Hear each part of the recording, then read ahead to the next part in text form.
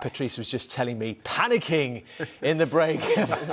I've forgotten Thierry. No, definitely. But this is we set you with this challenge, and we know it's a difficult challenge. Yeah. So we said the club players you played with. So you played with Thierry in the national team. In the national team, so he doesn't. All right, so okay. that's only fair that he misses out on this. Let's start with your goalkeeper, because again, you've played with some top keepers in your time. Who's your pick? Van der Sar. It was a difficult, not a difficult pick, because I also really be impressed with Buffon. But Edwin van der Sar, I think, is the only goalkeeper in the world when he makes a save, he doesn't shout on his defender. I never understand why the goalkeeper, when they make a save and they shout on the defender, because they are paying for that. They are paying for stopping like goals. So I don't understand when they make a save and they run into defender.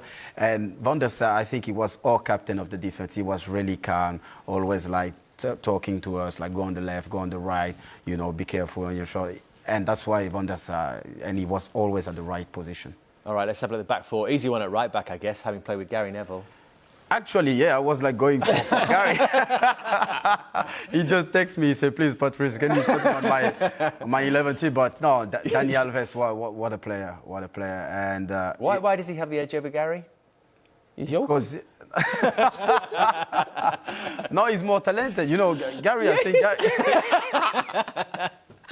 Gary didn't get like enough credit, because no, I love guys. I think he was like a consistent like right back, but Dani Alves is different quality. And centre back, I put like Giorgio Chiellini. Chiellini ahead of Bonucci. Yeah, definitely, 100%. He's the art of the defense of Juventus, because we saw only Bonucci because he gave that long ball, but Chiellini is the one he's working so hard. He didn't have like a good technique, but he's always at the end of training working really hard. And for me, he's the heart of Juventus. What about Vidic? Yeah, he was actually, you know, it was difficult for me to left out Vida, but I want to do as well a mix, because I put Rio, and Rio was the one always calm on the ball, and Vida was the warrior. Definitely, yeah. Some United fans won't be happy I didn't put Vida, but I have to put a mix, and I was impressed as well with Chiellini. You had a sort of a journey together, didn't you and Vidic, coming to Manchester United? You're telling us. Yeah, he was. Yeah, we arrived together, and I remember we were in the same hotel, Worsley Hotel. Not the best hotel I haven't been in my life, but yeah, we play a reserve game. Let's hope they're not watching.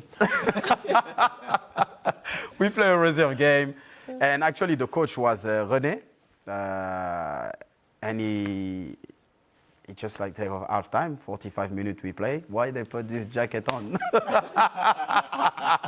We're gonna talk about it later.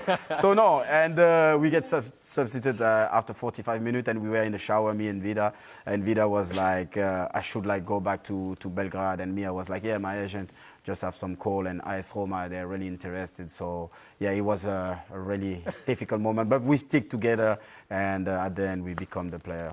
What about the left back? Left back, I put myself. Because the only man in history who's put himself in his own team. Because it's my team. What was your best era? We talked about all those incredible honours that you've won. It's really like my best.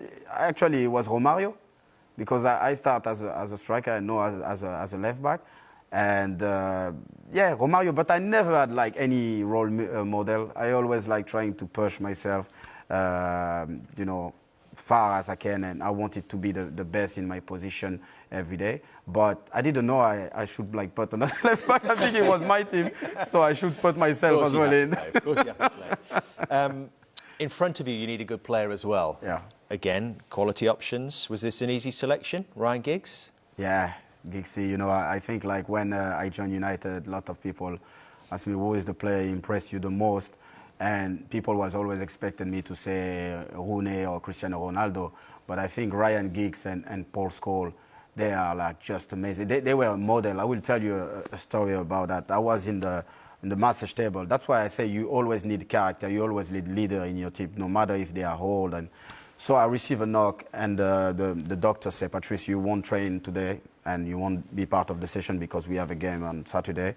So it's a little bit risky. So I was having a massage. And I saw Giggsy, he had a problem with his back, doing a stretch, and he went out, go to the pitch. Scholes, he was having a knock on his knee, limping, he wears his boots, he went outside. Gary as well was like injury, and they train. And in one point, I was on the massage table, and I was like, Patrice, stop being a diva. You see these 3 dinosaurs going outside and training, and you will stay there? So I stand up, I put my boots on. I remember the physio said, Patrice, you can't. I said, no, I will train. I train with the pain, and I played the game on Saturday. So that's why, for me, they were like a massive example. And then you were out for 6 months. Your central midfield, Pirlo and Scholes. Yeah, Scholes is the one, like, Alex Ferguson never gave him the air dryer. He's the only one player he never, but actually, he was just amazing. In the box, he never lost the ball, and every time, he was dictated the tempo of the game. And I love Scholes, and he was aggressive in training. He was like flying tackle. And I remember sometime I was like, Scholes, why you give me those bad tackles? His answer was like, why not? He's always, you know, and his diagonal, his long ball, it's like playing in a PlayStation, you know. And Pirlo, what a player, class. Never in rush. He's aware about where the defender will be, and his feet, for me, they are like hand. I see him like practicing some free kick in training. I learned as well a lot about with Pirlo, because I can see like he was never in rush. Like even when he was under pressure, he was just relaxing. So I was copying him. Sometimes some training, I was like, come on, Patrice, you should like never lose the ball today, because I was like, my inspiration was like Pirlo. And after Jason Park, I think this man, he doesn't get enough credit. It's not because he's one of my best friends. It's because he was a soldier. He was a soldier. Like, I remember like Sir Alex Ferguson when we played against AC Milan and we beat them 4-0. And Pirlo, I think this game touched only like 30 ball, and he was an average of ball like maybe 80 per game. And I remember before the game, Ferguson said to Jason Park, even if he's going in the toilet, you have to follow him. But actually, Jason like marked him so well, but he even scored. And I remember the semi-final in 2008, both leg against Barcelona, he was the man of the match. I know he didn't play the final after that, but Jason Park is definitely one of my soldiers. And is it true that you actually learnt Korean as well? Yeah, I learned. It's difficult because they don't have any alphabet. So I've been in Korea 4 times. And yeah, I try, but it's really hard. You know, I speak 6 languages. I try to add like as well Korean, but no, it's really difficult. I know few words. Amazing. I think that's why Gary Neville called you the glue in the dressing room, because you did speak all those languages. You were able to bring everyone together. Exactly, because you know sometimes the foreign player, especially when you come in England, like as a French player, you start talking French, and you should like. When you come to a country, you should like learn the language. It's really important. And I was the one to connect, to make sure like everyone was connected. I don't want the English player in one side and the foreign player in one side. I always wanted everyone to be connected. So sometimes I was translating. And even if sometimes Sir Alex Ferguson wanted to say something to a player and he wasn't talking like English, I was helping him like if he was Spanish or Portuguese. So yeah, it was a good asset for me. Patrice, you've obviously got a mix of United players and some Juventus players. Was there anything different there? You know, when you were playing for United, the top team in England, you've then gone to the top team in Italy. Was there anything different in the mentality? Yeah, there's a difference. To be fair, I win a lot of trophy with Manchester United, and I'm not scared to say that. I feel I was in holiday compared to Juventus. The way they work, the training, you go like even like 2 days before the game in the hotel, you training the day of the game. Mentally, that's why I'm so proud of myself. Playing for Juventus, it was one of the most difficult, I will say, challenge in my life. And you got like 1 day off per month. They control everything you eating. They force you to eat at the club. And I learned a lot, also tactically. And yeah, Juventus was one of my biggest challenges. I'm so proud I've been playing 2.5 years for Juventus. Did you enjoy that lifestyle, that way of being controlled? I didn't, because, you know, as a mature, and I control myself, but I think it's really important for some young players. And, you know, Juventus is like they have this DNA, like working hard. Like I even see like some player, they vomit, and they were like keep doing the training, finishing the training session. And I remember every game, they want me to run like 12K. But sometimes I was like, it makes no sense, because every time we got the ball. So some games I was running 9, some game 10. And 2 days later, at the training, you have to compete your 12K. So they will make me like run, I don't know, maybe another 2K, another 3K. The training is harder to play in the game. So that's why when some people, they say like it's easy to play in Italy, I think they won't be able to train. It was such a shock for me. Let's have a look at your choice of strikers, Patrice. I think we could probably guess one of them. Ronaldo. Ooh. Yeah, I know. Gone with Rooney Tevez, and but Carlito. no Rooney. Is that what you're reacting to there? Tevez over Rooney. I know Waza will text me and won't be happy. Yeah, this one was a tough. I think it's from my heart, and even if I am a close friend to Wayne, but I play with Tevez in Manchester, and I play again in Juventus with him, and what a player! He's a warrior. He's a warrior. I remember when we had like Wayne and Tevez in the front. I was like feeling sorry for the defender, and actually they make us job like really easy for us, because like the defender, they couldn't like come out with the ball. We got like 2 pit bull in front of us. It's just so they're really similar, but it was just like her out of choice, and yeah, Carlito make the make the. but of course you played with Ronaldo in the early stages at Manchester United. Have you been surprised with the career that he's gone on to have? No, I'm not. I remember when we were talking with Cristiano, when he won his first Ballon d'Or, he talked to me, he said, I have to win at least 5. And that's what he did. So I'm not surprised. Cristiano Ronaldo is the most professional player I ever played with. He was the one, if we are training at 10, he will be here at 8.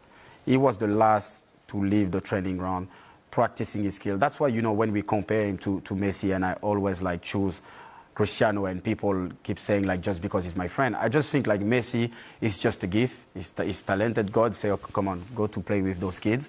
But Cristiano works so hard. He's a machine. He doesn't want to lose anything. Like even he wants to be the most beautiful guy. He wants to be the one is dressing the best, playing. I tell this story about the tennis table and Rio Ferdinand. They play like a tennis table, and Rio Ferdinand beat Cristiano. Everyone was laughing. So 2 weeks later, Cristiano bought a tennis table. He practiced, and he said, I will do my revenge. We said, like, come on, Cristiano, don't embarrass yourself. You lost last time. And he played, and he beat Cristiano. So that he tell you his mentality. And before he signed for Juventus, he called me 20 minutes before. He was asking me what is about. I said, this is for you. That's the way, because the way he trained, that's the culture of the club. And, when I talk with him, he said, Patrice, you were completely right. And he will still playing, like, I don't know, maybe until 40. Is it worth asking you who the manager will be? Yeah, it's a difficult one, but I will go for Sir Alex. Yeah, I will go for Sir Alex, because actually I can mention as well the manager, the Italian manager make me play left back. I can mention Didier Deschamps, Allegri for the tactic. But yes, Sir Alex Ferguson is... Who was the Italian manager that made you play left back? Sandro Salvioni, when I was in Nice. So he was the one that spotted that potential there? Yeah, he said, you're not a striker. You have to play left back. So he's the one. But yeah, definitely Sir Alex Ferguson will be the coach of this team. So why Sir Alex? His communication, his management. Sir Alex Ferguson, he's a coach. He make you feel you're part of the team even if you're not playing. I remember he was saying like to Chicharito, you won't play for 3 games, but the 3rd game you're going to play, you're going to score, and that's what happened. When David Moyes take the team in charge, a lot of players weren't happy, the one they were not playing.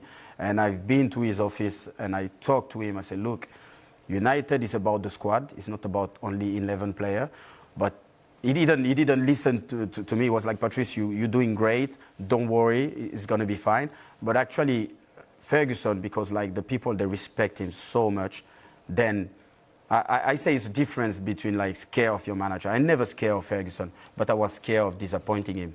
And this was really important. And we got like such a close relationship, and I hear about him like at least twice per month, and I go to his house to have some couple of teas. So I'm really close to him, and when I make a big decision, I definitely call him. Well, because he actually said, didn't he, that in the dressing room when he finished, that you were one of the 2 players that he thought would go on to be top managers. Is that right? Yeah, no, he's right.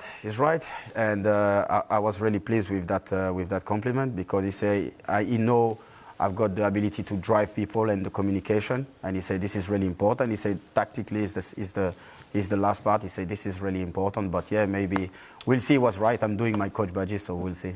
How big a thing was that for you in the dressing room when Sir Alex Ferguson left? So a legendary figure, one of the greatest managers of all time.